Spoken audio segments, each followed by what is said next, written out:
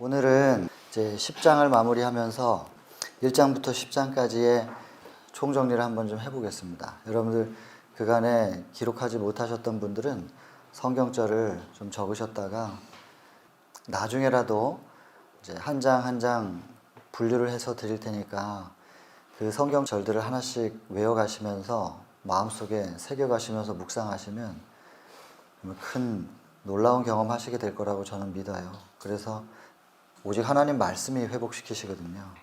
그거밖엔 답이 없어서 오직 하나님의 말씀에 여러분들이 주목하시길 바라면서 좀 정리를 해드릴 테니까 필요하신 분들은 기록하시면 되겠습니다.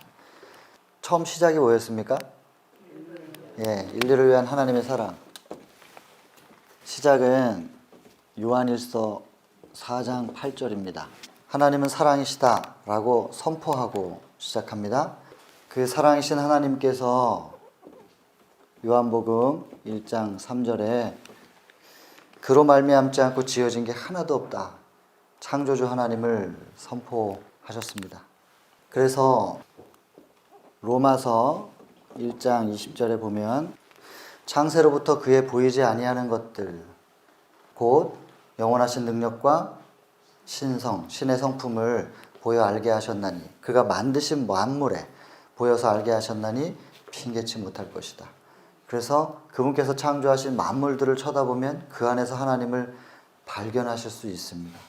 그 속에 담겨있는 생명의 법칙들. 자, 그래서 그로 말미암지 않고 지어진 게 하나도 없다고 한 그 하나님께서 이렇게 담아두셨다라는 겁니다.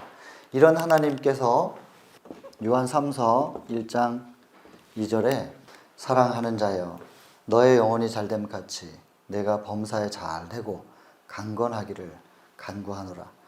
이런 하나님께서 우리를 사랑하시고 우리가 강건하고 잘 되기를 바라신다는 이런 말씀을 주셨습니다. 이런 하나님을 우리가 발견하고 이런 하나님으로 뭐하면 봉숭아, 물들면 봉숭아 잎 손톱에 물들듯이 우리의 마음이 이것으로 물들면 우리 속에 그리스도의 빛깔과 향기가 나가게 되는 거죠. 억지로가 아니라 되어지는 겁니다. 이것만 이해하셔도 사실 하늘 가는 데는 개념적으로는 큰 문제가 없습니다. 그 말씀드렸잖아요. 하늘 가는 길을 어렵게 가르치면 그런 성경 가르치는 교사가 있으면 저주받는다고.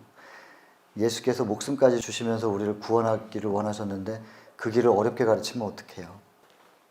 물들어서 자연스럽게 내가 하는 게 아니고 그분을 딱 붙잡고 있으면 그 봉숭아 잎을 내 손톱 위에 올려놓고만 있으면 시간은 필요하겠지만 물이 듭니다. 그리고 때 보면 거기서 그분의 빛으로 이제 봉숭아 잎이 내 손톱으로 완전히 들어왔어요. 내 심령으로 예수님이 들어오셔서 내 안에서 그분이 빛을 발산하시고 그분이 향기를 발산하는 겁니다. 내가 하는 게 아니고 되어지는 겁니다. 그렇게 되면 사망적 요소는 존재할 자리를 못 찾아요. 그리고 사망적 생각, 감정 이런 것들이 우리 속에 있을 수가 없게 되는 거예요. 내가 그걸 내려놓는 게 아니라 내 안에 오신 그분께서 그것을 밀어내 주시는 거죠. 그 경험을 하셔야 되는 겁니다. 그 다음에는 근데 이 사랑이 아무리 크고 놀라워도 이걸 내가 필요하다는 걸 느껴야 되는 건데 그래서 제목이 뭡니까? 죄인에게 필요한 그리스도. 그래서 2장에서는 죄인인지 아닌지를 발견해야 된다. 이것을 설명하고 있는데 그걸 설명하기 위해서 예를 든 사람 한 사람 있었죠? 예? 그 유명한 사람 사도 바울. 사도 바울이 빌립보서 3장 6절에 나는 율법의 의로는 흠이 없는 자였다 이렇게 말해요. 그 율법은 바리새인의 율법이었죠. 바리새인적 율법으로 볼 때는 흠이 없는 자였는데 그가 로마서 7장 9절에 내가 알았던 율법이 참 율법이 아니었구나. 내가 율법을 모를 때는 내가 살았었는데 내가 의인이라고 생각했었는데 내가 이제 참 율법이 계명이 나에게 이름에 나의 죄는 드러나고 나는 죽었다. 내가 의인이라고 생각했던 나는 죽었다. 라고 하는 걸 발견하게 되는 것이 로마서 7장 9절. 이제 그 참 계명이 내 속에 완전히 이루어질 수 있게 하려고 이제 또 바리새인적 근성으로 투쟁하는 장면 나오는데 하다 보니까 안 되는 거예요. 21절. 이상하네. 내 속에 두 가지 법이 있네. 하나는 의를 향해서 가는 내 마음, 그리고 또 사망의 법이 나를 끌어잡아 당기면서 벗어날 수 없는, 그 유혹으로부터 벗어날 수 없는 이 두 가지가 싸우고 있는 것을 발견했다. 21절입니다. 그리고 나서 이제 이것과도 역시 치열하게 싸워보려고 하는데 결국엔 24절 포기합니다. 오호라 나는 곤고한 사람이로다. 누가 나를 이 사망의 몸에서 건져내랴. 안 되는 거구나. 내 스스로 안 되는 거구나. 포기하는 장면. 그리고 25절에 나는 예수 그리스도로 인해서 하나님께 감사한다 하면서 다시 일어나는, 이것이 바울의 경험입니다.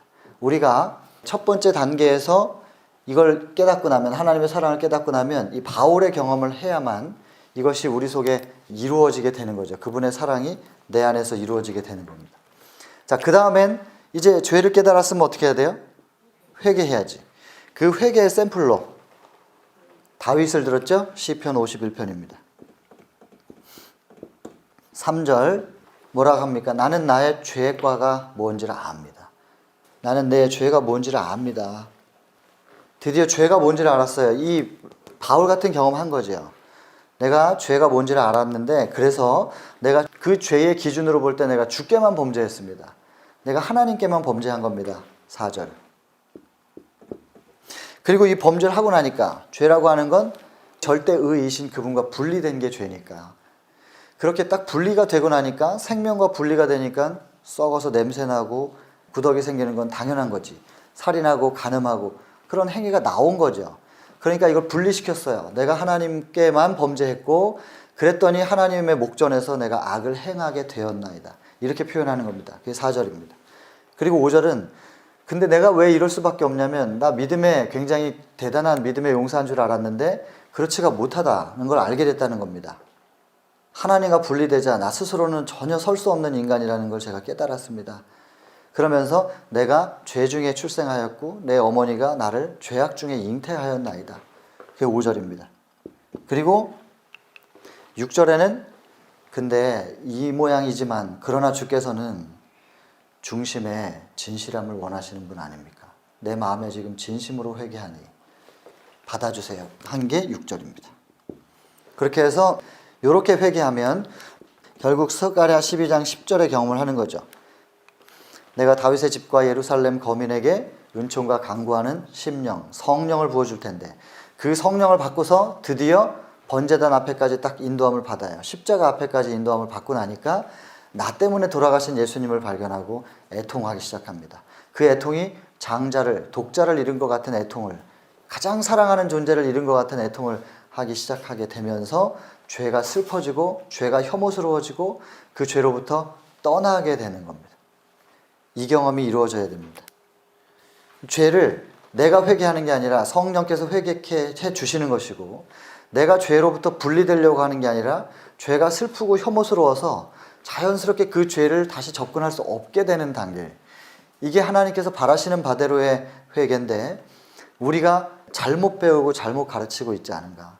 그래서 근본 죄는 놔두고 자꾸 내가 한 행동을 가지고 회개하게 하는데, 회개해봐야 또 한다니까요, 그거. 자, 그 다음에 이제 하나님과의 관계 속에서 회개를 하고 나면 인간관계는 어떻게 해요? 살인하고 간음한 사람한테 가서도 사과하고 보상해야 될 거 아니겠어요? 잠언 28장 13절. 무릇 자기의 죄를 숨기는 자는 형통치 못하나 자기 죄를 자복하고 버리는 자는 긍휼히 여김을 받을 것이다. 불쌍히 여김을 받을 것이다. 아직까지도 덮어놓고 고백하지 않은 죄가 있습니까? 붙잡고 있는 게 있습니까? 그러면 통할 수 없습니다. 통하지 못하면 순환이 안 됩니다. 순환이 안 되면 소생할 수 없습니다. 생명의 법칙은 순환의 법칙이거든요. 우리 몸에 피가 순환이 돼야 사는 거고, 공기가 순환이 돼야 사는 거고, 뭘 먹었으면 영양분이 순환이 돼야 되고, 또 찌꺼기는 배설이 되는 순환이 돼야 사는 건데, 순환이 안 되면 죽습니다. 영이나 육이나 순환이 안 되면 죽기 때문에, 그게 지금 여기서 아직까지도 이게 고백이 안 되고 붙잡고 있는 게 있으면 통하질 않아요. 그러면 진정한 회복은 이루어질 수가 없는 것이지요. 그래서 수직적인 관계, 하나님과의 관계, 그리고 수평적인 관계까지도 돼야만 한다. 근데 이게 밀려오는 거에 의해서 밀려가는 거예요. 그래서 빛이 오면 어둠이 가는 거죠. 어둠을 몰아내고 빛을 채울 수 있는 게 없는 거죠. 되어진다는 겁니다. 이 자연스럽게 되는 것을 경험해야 되는 거죠. 자, 여기까지 적으셨으면 이제 5장입니다. 5장은 자, 그런데 회개하고 자복하고 다 했지만 우리의 본성은 어떤 상태라고요? 우리 본성 자체가 죄의 상태입니다. 그것을 본성이 죄라는 것은 창세기 3장에 보시면 4절에 결코 죽지 않는다 사단이 말했고, 그리고 5절에 이것을 먹는 날엔 너의 눈이 밝아져서 하나님처럼 될 거야. 하나님처럼 될 거야. 하나님처럼 되고 싶고 높아지고자 하는 마음. 그리고 먹어도 안 죽잖아. 뱀이 먹으면서 안 죽는 모습을 보여주니까 보이는 것을 선택하고, 또 말을 할 수 있는 능력을 얻은 뱀을 보면서 이걸 먹으면 이렇게 능력이 업그레이드 되는 거구나. 능력이 이렇게 성장하게 되는 거구나. 근데 이걸 왜 금하셨지? 하나님께서는 하면서 하나님 말씀대로 되지도 않고 또 잘 될 수 있는 길을 막으셨으니 하나님은 우리를 사랑하는 분이 아닌가 봐. 사단은 그것을 심었습니다. 그 사단의 생각의 씨를 인간에게 딱 뿌리는 바람에 그걸 받아들였죠. 받아들이는 바람에 가시와 엉겅퀴, 잡초가 나는 씨가 우리 마음밭에 쫙 뿌려진 거죠. 그래서 지금 우리가 이 땅에서 끊임없이 제초 작업을 해줘야 농사가 되는 것처럼 우리의 마음밭이 그렇게 더럽혀졌다는 것입니다. 그래서 싹 뽑아놔도 비 한 번 오면 싹 올라오고, 싹 뽑아놔도 또 올라오고, 이런 상태를 우리가 계속 경험하게 되는데, 진심으로 회개하고 고백해서도 또 올라와요. 그 올라오는 시도, 이것으로부터 우리가 어떻게 벗어날 것인가? 어떻게? 창세기 3장 15절. 가죽옷 얘기는 21절입니다. 21절에 가죽옷 이야기. 그 가죽옷으로 우리의 심령을 딱 덮어놓으면 마치 밭에 검은 비닐로 덮어놓고 그 다음 내가 원하는 알곡에 씨만 뿌릴 수 있도록 구멍을 뚫어서 거기다가만 뿌리는 것처럼, 그러면 그 알곡만 올라오죠. 잡초와 가시와 엉겅퀴는 안 올라오고, 그런 것처럼 가죽옷으로 우리의 마음을 딱 덮어놓고 있으면 사단이 뿌려놓은 씨가 올라오지 못하도록 누가 막아주는 겁니까? 예, 누가 막아줘요? 가죽옷이 막아주죠. 가죽옷. 가죽옷이 덮어져 있으니까. 내가 하는 게 아니에요. 이것도 가죽옷으로 덮어놓고 있으면 그분이 막아주시는 것이죠. 창세기 3장 21절 꼭 기억하시면 되겠습니다. 그래서 이제 이 마음을 가죽옷 예수 그리스도가 덮어주시라고 어떻게 해드려야 돼? 우리가 이걸 드려야 돼. 이걸 드리면, 이걸 그렇게 해주세요라고 드리면 그분이 할 수 있는 겁니다. 그래서 계시록 3장 20절에 보면 내가 너의 마음문 앞에서 두드린다. 네가 마음문을 열어주면 내가 들어가서 할 수 있는데 너가 나에게 마음문을 열어주겠니? 라는 것입니다. 우리가 마음문을 열어드리면 그것을 하나님은 뭐라고 부르신다고요? 헌신이라고.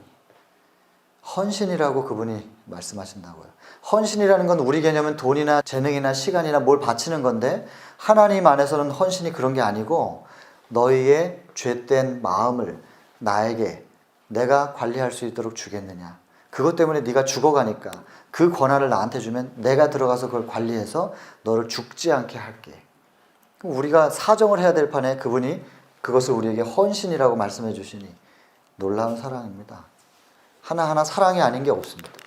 자, 그런데 이렇게 헌신을 하려면 우리가 뭐에 대한 믿음이 있어야 헌신할 수 있다고요? 두 가지입니다. 첫 번째는 능력에 대한 것, 두 번째는 품성에 대한 것. 그래서 이사야 1장 18절에 오라 우리가 서로 변론하자. 이야기 좀 해보자. 너희 죄가 주홍같이 지홍같이 붉을지라도 흰눈처럼 양털처럼 깨끗하게 내가 해줄게. 너희는 못하잖아. 내가 해줄게. 약속입니다.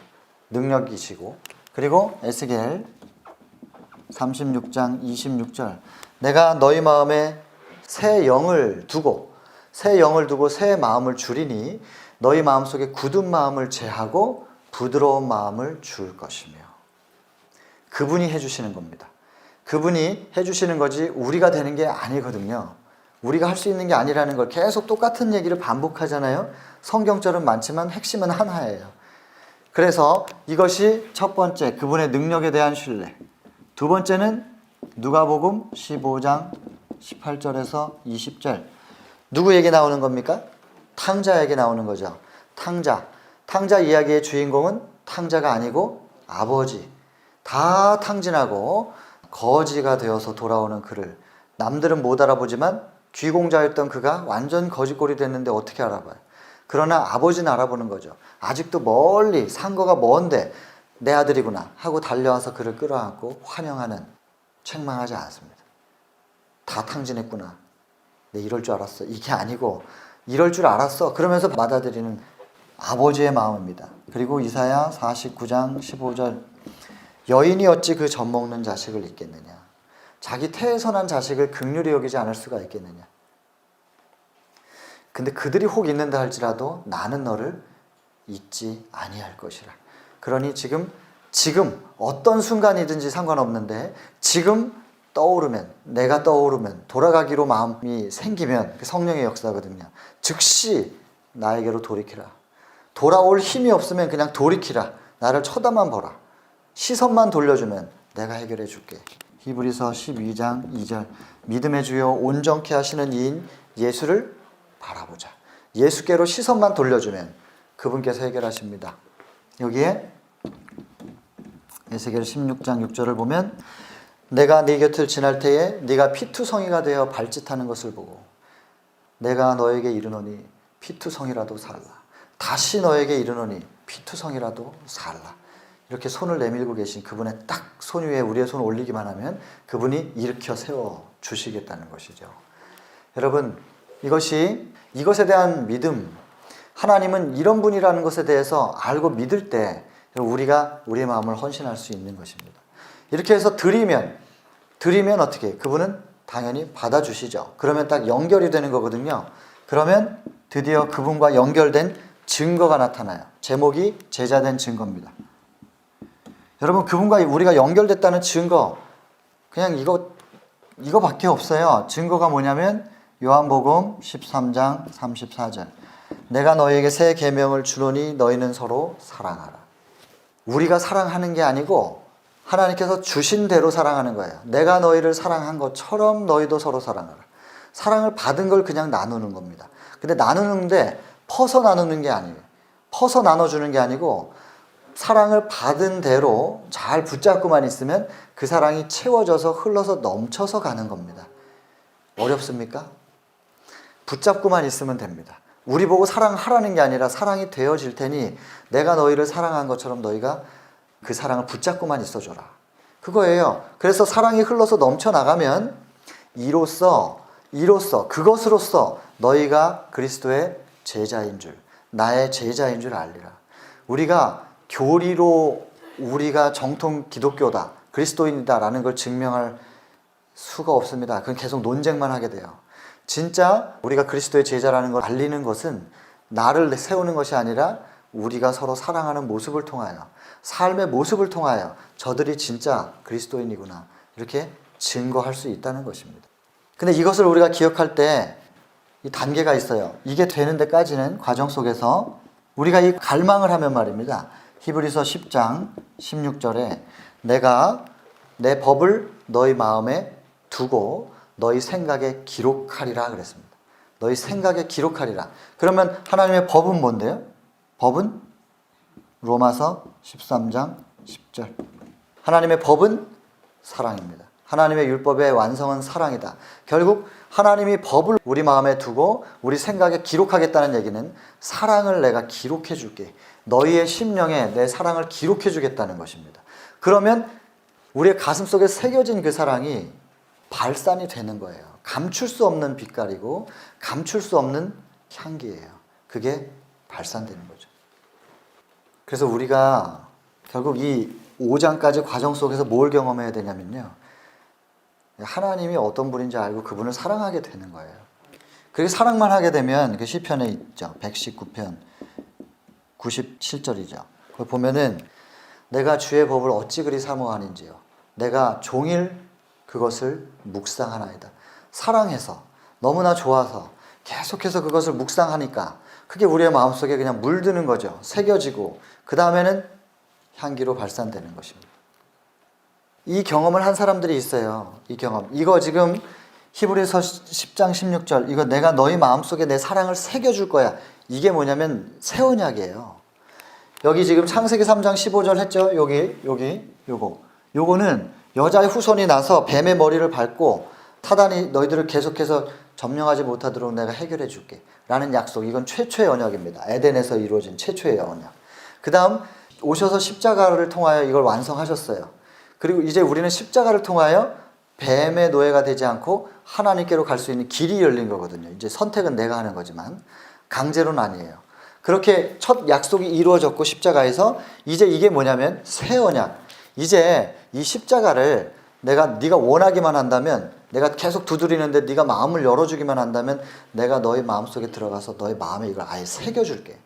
십자가의 사랑을 완전히 우리 속에 새겨서 내가 예수님인지 예수님이 난지, 십자가가 내 안에 들어와서 내가 십자가에서 같이 예수님과 함께 못 박혀 죽는 경험을 할 수 있도록 해줄게.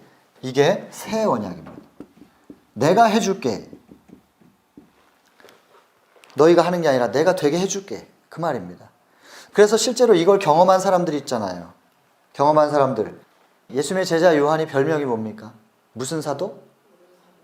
사랑의 사도입니다. 사랑의 사도. 근데 그가 원래 뭐였습니까? 성격이 얼마나 급한지, 거칠은지, 우레의 아들이라고 그랬어요. 우레. 천둥번개의 아들이라고 불려질 만큼 그가 그런 인간이었는데 사랑의 사도로 바뀝니다. 베드로, 바위라는 뜻입니다. 원래 이름이 무엇입니까? 시몬입니다. 시몬 베드로잖아요. 시몬은 흔들리는 갈대예요. 바람만 좀 불어도 흔들리는 갈대입니다. 그 흔들림이 많은 갈대였던 시몬이 나중에 흔들림이 없는 바위가 되는 과정. 전부 다 바뀌어가고 있는 거잖아요, 지금. 이거 지금 예수께서 그렇게 해주시겠다는 약속이에요. 우리가 여기까지 들으면 이렇게 증거가 나타난다는 것이죠. 이렇게. 뒤에서 좀 더 나오는데. 자, 이제 8장을 보면 이렇게 증거가 나타나고 나면은 이제 그리스도에 이르기까지 뭐 해요? 태어났으니까. 다시 태어났으니까 이제 자라나는 거죠. 그 그리스도에 이르기까지 자라나는 과정. 그게 베드로 전서 2장 2절이죠. 2절에 보면은 너희가 갓난 아이처럼, 갓 태어난 아기처럼 순전하고 신령한 젖을 사모하라. 명령은 뭐라고요? 약속입니다. 여러분 생각해 보세요. 갓난 아이가 젖을 먹으라고 해서 먹습니까? 갖다 대주면 자기가 알아서 빱니까? 본능이에요. 그래서 성경에서 사모하라라고 명령이 되어 있지만 그게 명령이 아니고 자연스러운 거란 말이에요. 그렇게 될 것이다, 되게 해줄 것이다 라는 약속이라는 것을 꼭 기억하셔야 됩니다. 내가 하는 게 아닙니다. 여기 처음부터 계속 똑같은 얘기하고 있는 거예요. 내가 하는 게 아니라고요. 내가 뭘 어떻게 하는 게 아니라 내가 노력해서 되는 게 아니고 거듭나면 자연스럽게 그것을 젖을 사모할 수밖에 없는 거예요. 갓난 아기가 그런 것처럼. 그렇게 될 거라는 것이에요. 근데 왜 그 젖을 먹어야 하냐면 구원에 이르기까지, 장성한 분량에 이르기까지 자라나게 하려 합니다. 자라나게, 성장하는 거예요. 거듭남으로 끝난 게 아니라 성장하는 겁니다. 그리고 에베소 4장 13절에서 14절 보면 그리스도의 장성한 분량에 충만한 데까지 이르게 하리니 그때가 되면 뭐 같지 않아. 이제는 어린아이 같지 않다. 이제 거듭나면서 끝나는 게 아니고 어린아이로 계속 머물러 있는 게 아니고 성장을 하게 될 것이다. 성장하게 될 것이다. 그것이죠. 그래서 예를 들어 뭘 얘기했습니까? 꽃. 저 숲에 꽃을 한번 보라. 그 꽃이 자라나는 데는 토양이 필요하고 물이 필요하고 공기가 필요하고 또 햇빛이 필요한데 자기가 뭘 했어요? 그걸 만드는데 아무것도 안 했잖아요. 하나님께서 꽃이 성장하는 데 필요한 생명적 요소를 꽃 주변에 충만히 채워 주셨잖아요. 꽃과 하나님과의 뭐를 생각하라? 관계. 하나님께서 이 꽃 한 송이를 키우시는 이 관계를 기억하라. 하물며 무엇이겠느냐? 하물며 인간, 사람, 너희겠느냐? 너 주변에 생명적 요소로 충만하게 하나님께서 채워주셨음을 믿으라는 겁니다. 그것을 받아들이고 그것으로 호흡하라는 것이죠. 그래서 매일 아침마다 하나님을 마음속에 영접하는 기도하라 그랬습니다. 그 기도, 뭐 어떻게 하라 그랬습니까? 그 기도? 나는 하나님의 것입니다. 그리고 내 오늘 하루의 일과들을, 모든 해야 될 일들을 하나님 앞에 놓습니다. 그러니 하나님께서 이 일들을 하나님의 일로 취하셔서 하나님께서 해결해 주세요. 그런데 이걸 해결하실 때 나를 통해서 하시라고, 나를 사용해 주세요. 나를 사용하셔서 하나님의 일을 해주세요. 근데 나를 사용하실 때 그냥 해 이렇게 하시는 분이 아니지 않습니까? 나하고 뭐 해달라? 함께 해달라. 나하고 함께 나를 통하여 이 일을 해주십시오. 그래서 이 모든 일들이 하나님 안에서 성취되기를 간구합니다.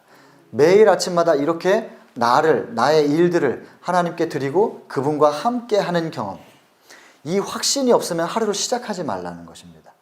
누구도 이렇게 하셨다고? 예수님도 이렇게 하셨다고.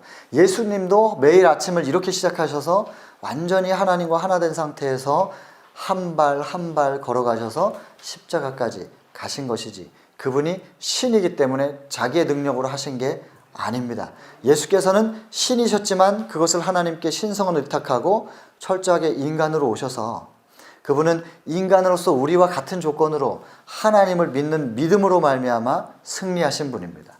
그러니 우리도 예수님의 모본을 따라 그 예수님을 우리의 마음속에 영접하면 예수님과 더불어 예수님의 믿음이 우리의 심령 속에 새겨져 예수의 믿음으로 우리가 승리하게 되는 것이지, 그 믿음도 내 것이 아니라는 겁니다. 그것도 내가 믿는 게 아니고 예수의 믿음으로 믿게 되는 거죠. 이해되시겠지요? 예. 그렇게 해서 꼭 그렇게 기도하고 하루를 시작하라는 것입니다. 그렇게 되면 자라날 것이다. 점점 자라날 것이다. 자라날 때 마치 아까 말했던 그 얘가 누구냐면 우리의 아들이었던 사도 요한이 사랑의 사도가 되고, 또 시몬이었던 그가 베드로가 되고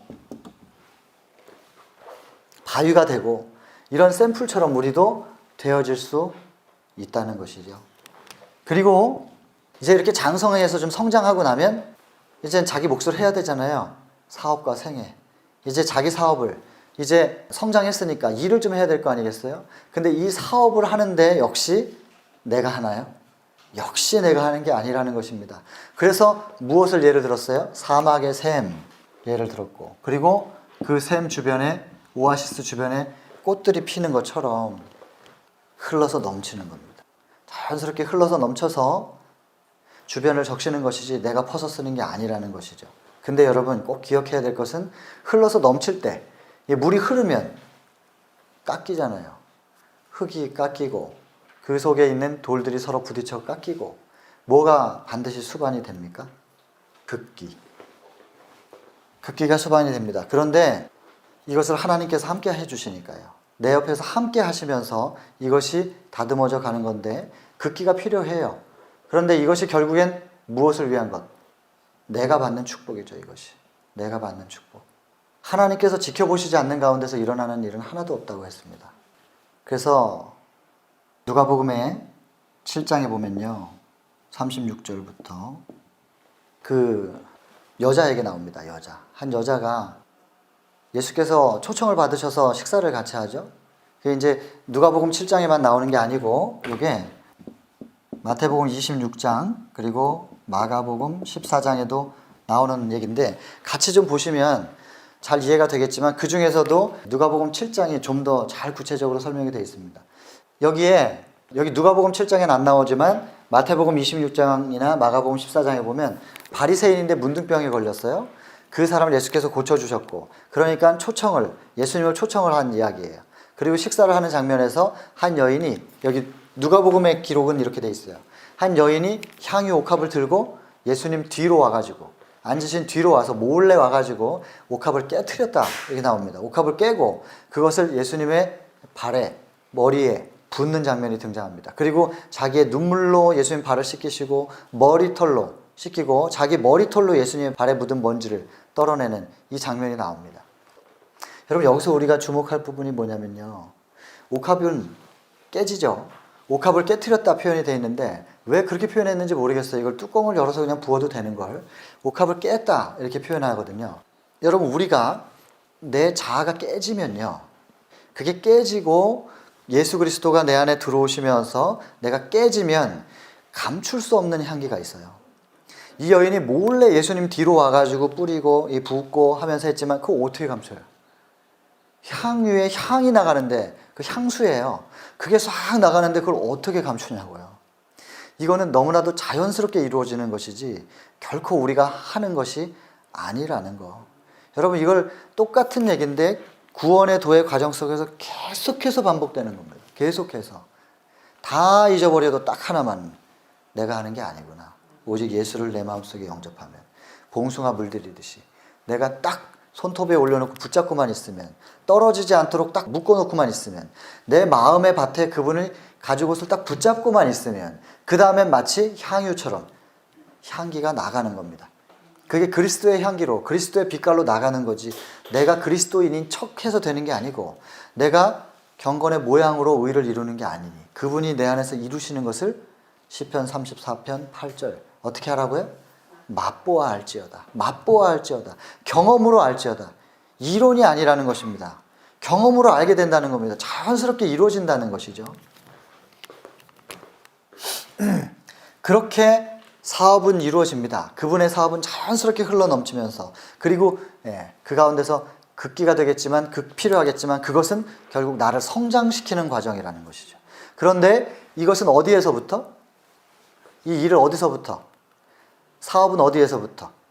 내 생애 속에, 오늘 내가 사는 오늘 하루의 생애 속에서부터. 그래서 제일 가까운 남편에게, 아내에게, 그리고 자식에게 향기가 나가기 시작하는 겁니다. 그리고 학교 가면 학교에서, 직장 가면 직장에서, 그리고 그런 과정을 통하여 하나님께서 너는 이제 좀 더 멀리 해외로 나가서 그리스도의 향기 역할을 해보지 않겠니? 하면 나가는 것이죠. 그래서 모두가 다 선교지에 가가지고 일을 해야 하나님의 사업이 되는 게 아니고, 지금 내가 있는 이곳에서부터 하나님의 사업은 이루어진다. 나의 일상에서, 여러분들의 지금 숙소에서 옆에 계신 환우분, 룸메이트에게 그리스도의 향기가 나가면서 사업은 시작되는 것입니다. 지금부터.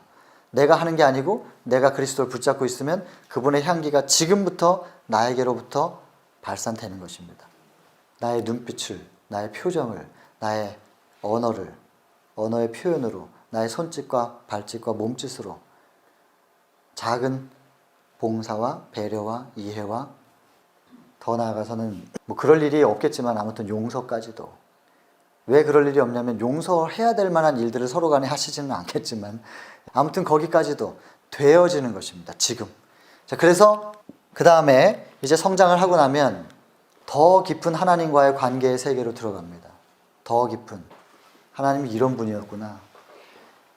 더 그분을 알기를 원하고, 더 그분의 사랑 속에 깊이 빠져들기를 바라고, 갈망이 생깁니다. 갈망이. 이거는 굉장히 좋은 중독이죠. 하나님께 중독되는. 마치 제가 요즘에 새벽에 일어나서 창을 열고 새소리를 듣는 것에 중독된다는 표현을 몇 번 썼는데, 정말로 한번 해보십시오. 너무너무 좋습니다. 그 새소리가 싹 들려올 때, 제가 도시에 살 때는 창문 열면 차 소리밖에 안 들리는데, 그것도 새벽에는 큰 차만 다녀요. 그 차 소리들인데, 여기서는 이 새 소리들이 들려오는데 거의 중독되는, 너무나 아름다워요. 새들의 소리가 저렇게 아름다운 것이었는가. 제가 정말 깨닫고 있다니까요. 제가 조류를 별로 좋아하지 않았는데 아무튼 여기 와서 선교사 식구들 중에 그 새에 대한 책을, 그 두꺼운 책 산 사람 있어요. 이지연 선교사. 사가지고 계속 그거 좀 새들을 보나 봐요. 관심들이 자연에 자꾸 생기는 겁니다.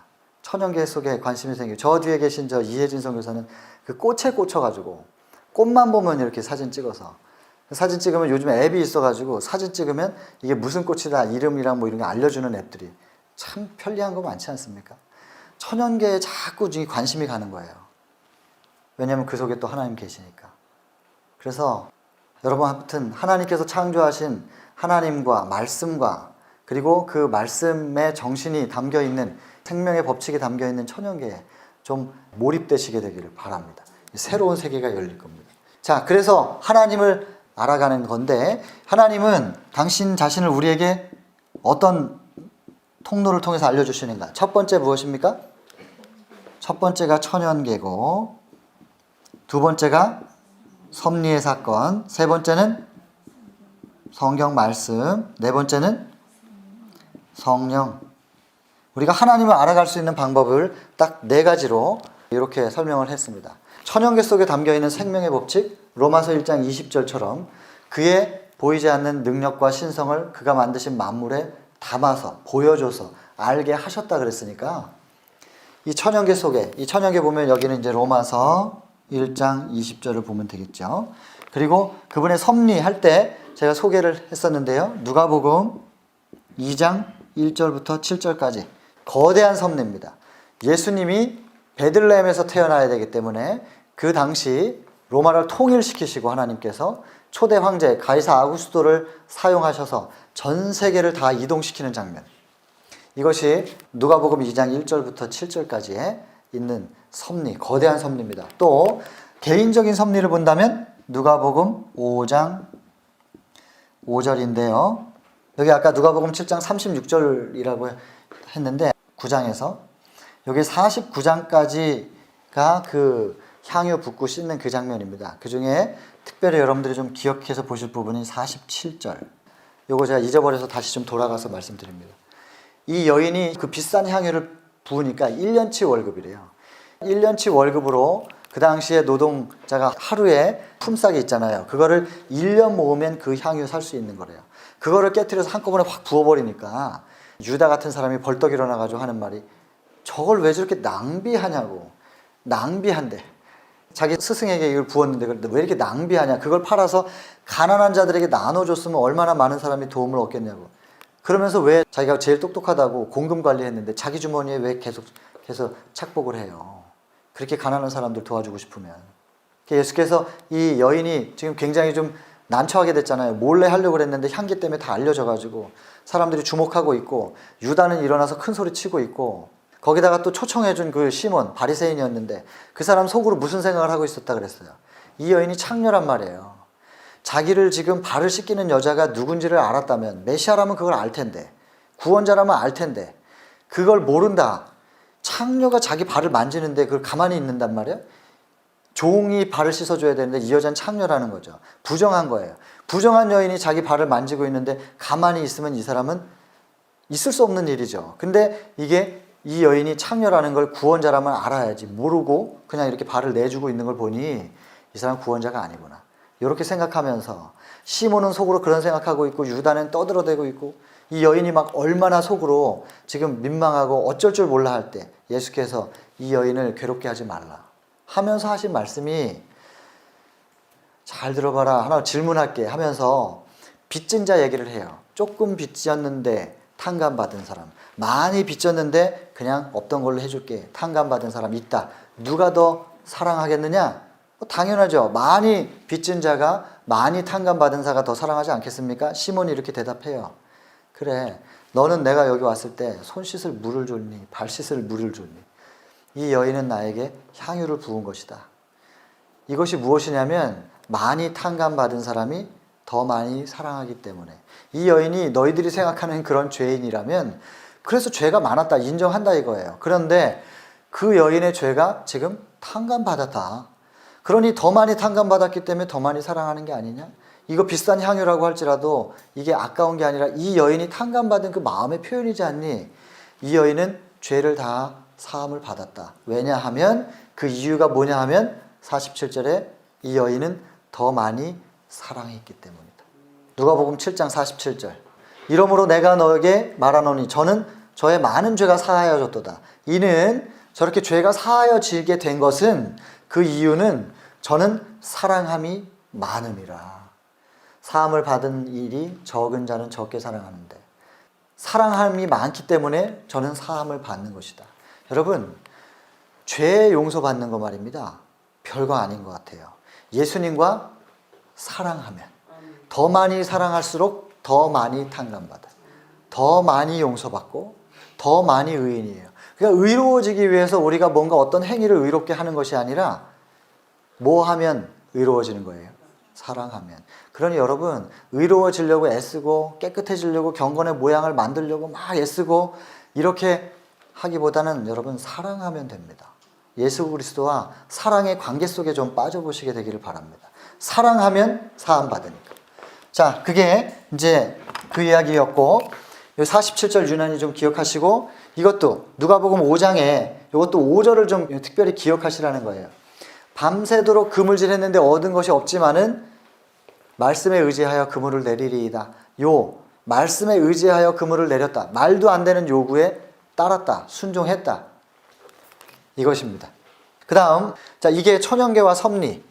근데 이제 물고기가 찢어질 정도로 잡히는 하나의 거대한 섭리를 경험을 하는 것이죠. 그래서 이런 섭리를 여러분들의 일상 속에서, 삶 속에서 경험하시면 정말로 하나님께서 함께 하시는구나.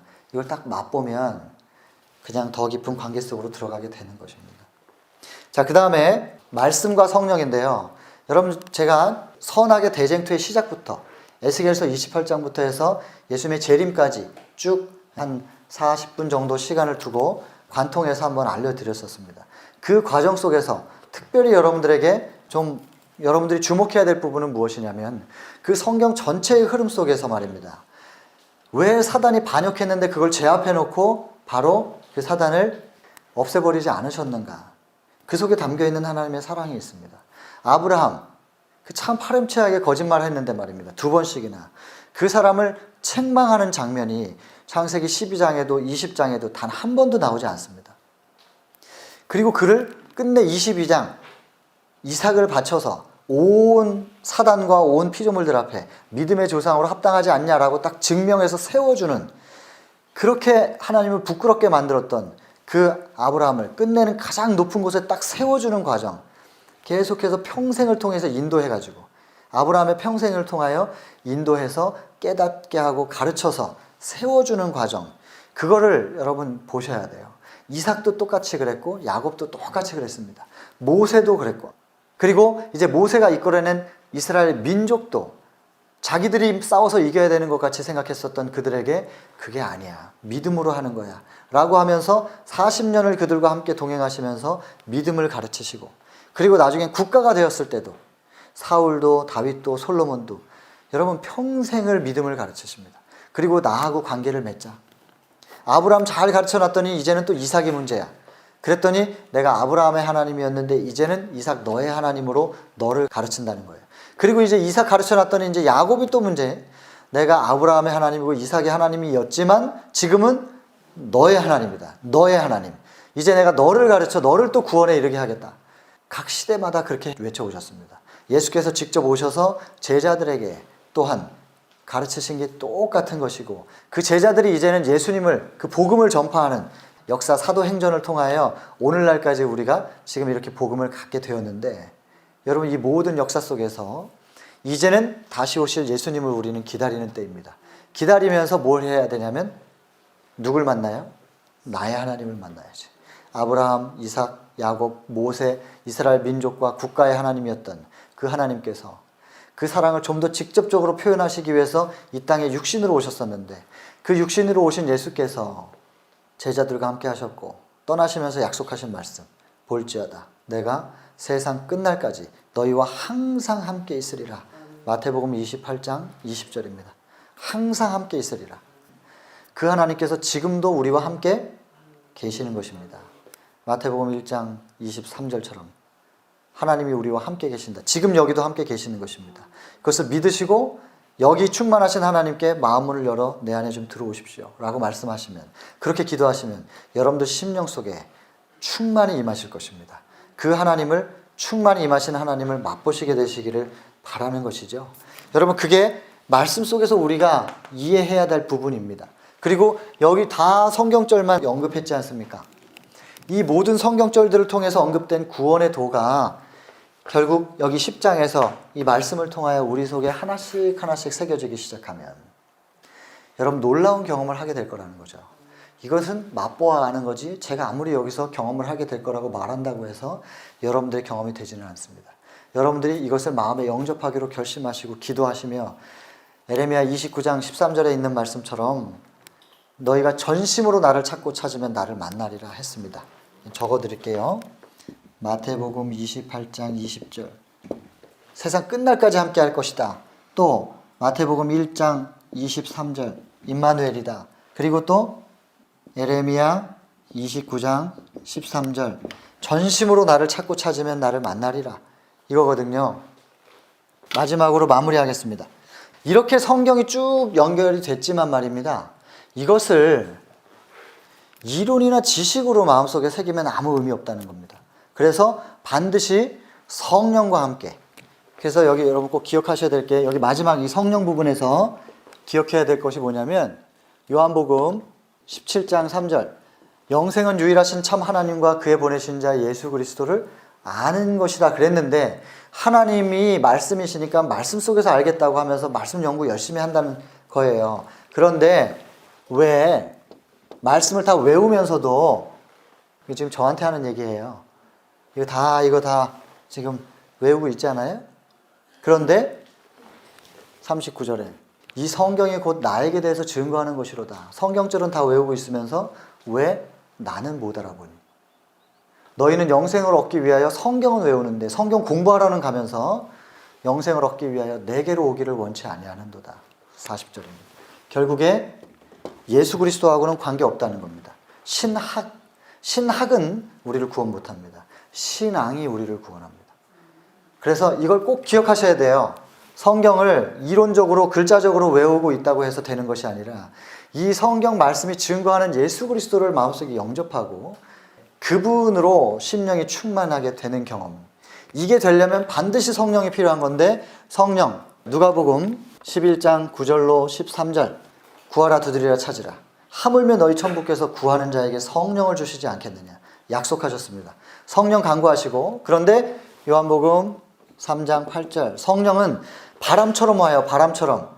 눈에 보이는 어떤 현상이 있는 게 아니라, 눈에 보이지 않는 바람이 어디로부터 와서 어디로 가는지 알지 못하지만 성령이 지나가면 흔적이 남아요. 하나님은 보이지는 않지만 그분이 자꾸 마음속에서 지나가고, 그분이 내 마음에 임하면 향기로, 빛깔로 표현되는 것이지, 어떤 신비한 현상이 일어나는 것을 기대하지 말라. 성령이 임하시면 서서히 변화되는 것입니다. 그렇게 되는 거예요. 그래서 구하면 주시겠다고 한 약속한 성령께서 서서히 오셔서 우리를 변화시키면, 이분이 14장 26절에 오셔서 성경을 가르쳐 주신대요. 그리고 생각나게 하신대요. 15장 26절에서는 그 성령께서 증거해 주신대요. 예수 그리스도를. 그리고 16장 13절, 성령이 오시면 우리를 진리 가운데로 인도해 주신대요. 전부 성령의 역사예요. 성령 간구하셔야 돼요. 그런데 진리가 무엇이냐? 요한복음 17장 17절, 아버지의 말씀은 진리니이다. 그럼 말씀이 뭐냐? 요한복음 1장 1절, 태초에 말씀이 계시는데 그 말씀이 하나님과 함께 계셨고, 하나님과 함께 계신 그 말씀이 또한 하나님이라. 말씀이 하나님이에요. 그 말씀이신 하나님이 14절, 육신이 되어 이 땅에 오신 것입니다. 결국 예수 그리스도죠. 그래서 이 예수 그리스도를 우리가 만나고 깨달으려면 반드시 성령을 간구해야 한다. 여기까지. 그래서 10장에 천연계, 섭리, 말씀, 성령, 이 성령 부분에서 성경절 이렇게 쭉 연결이 되는 겁니다. 여러분, 이거 하루아침에 되지는 않습니다. 근데 하루에 성경절 하나, 제가 여러 번 말씀드렸지 않습니까? 하루에 성경절 딱 하나씩만 암기했다고. 그리고 그 하나를 계속해서 묵상했습니다. 누가 나한테 말 걸지 않으면 성경절 하나를 계속해서 묵상하며, 이 말씀이 하나님이니까 그 말씀이신 하나님을 계속 마음속에 모시고 그냥 살았어요. 살면서도 거칠게 행동했고, 살면서도 실수도 많이 했고, 잘못하고 누구에게 상처도 주고, 그러나 포기하지 않았어요. 왜냐하면 남들이 누가 나한테 강도라고 할지라도 내가 지금 말씀을 붙잡고 있는 한, 그리고 관성적으로 습관적으로 표현되는 말투나 혹은 행동을 통하여 사람들에게 상처를 줄 수 있을지 모르겠지만, 나는 지금 예수님과 연결돼 있어요. 남들이 다 나보고 강도라 그래도 나 강도 아니에요. 의인이란 말이에요. 구원이고. 그렇게 오늘 제가 말씀을 붙잡고 있는 한 저는 강도 아닙니다. 누가 뭐래도. 그리고 그것을 하루하루 계속 이어져 나갈 때 내 안에 있는 말씀은 나를 변화시켜서 강도의 모습이 점점점 사라져가고, 내 안에 그리스도의 향기로, 그리스도의 빛깔로 나를 감싸셔서 나중에는 빛 가운데만 거할 수 있는 사람으로 꼴지어 나가고 변화시켜 나가는 하나님을, 그 성령의 역사를 경험을 통해서 알라는 겁니다.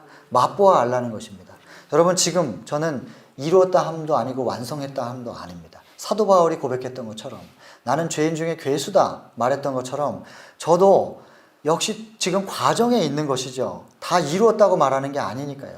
그러나 하나님께서 어떻게 해주시겠다는 약속은 분명해요. 그래서 성경으로만 그대로 말씀드렸고, 여러분, 저는 여러분들에게 마지막 소망을, 간청을 드리는 것은 이 말씀을 향하여, 이렇게 기록된 이 말씀을 향하여 우리가 다 같이 말입니다. 같이 좀 가보자는 것입니다. 같이 가자는 겁니다. 누가 나는 의로우니 나를 따르라라고 누가 감히 말할 수 있겠습니까? 저 말씀 속에서 하나님께서 선포하신 예수 그리스도를 향하여 우리 같이 걸어가는 가운데 좀 서로 밀어주고 당겨주고 위로하고 격려하면서 오늘 한 발을 내딛게 되기를 간절히 바랍니다. 오늘 10장까지 했던 내용은 이렇게 정리가 됐는데요. 여러분들 하루에 한 절씩만, 오늘 다 적으셨으니까 하루에 한 절씩만 한번 외워보시면 어느 날인가는 이렇게 쭉 전부 다 마음속에 새겨진 것들을 표현하실 수 있게 되는, 내 속에 계신 하나님을 표현할 수 있게 될 것이라고 확신합니다. 저도 그렇게 한 발 한 발 왔으니까요.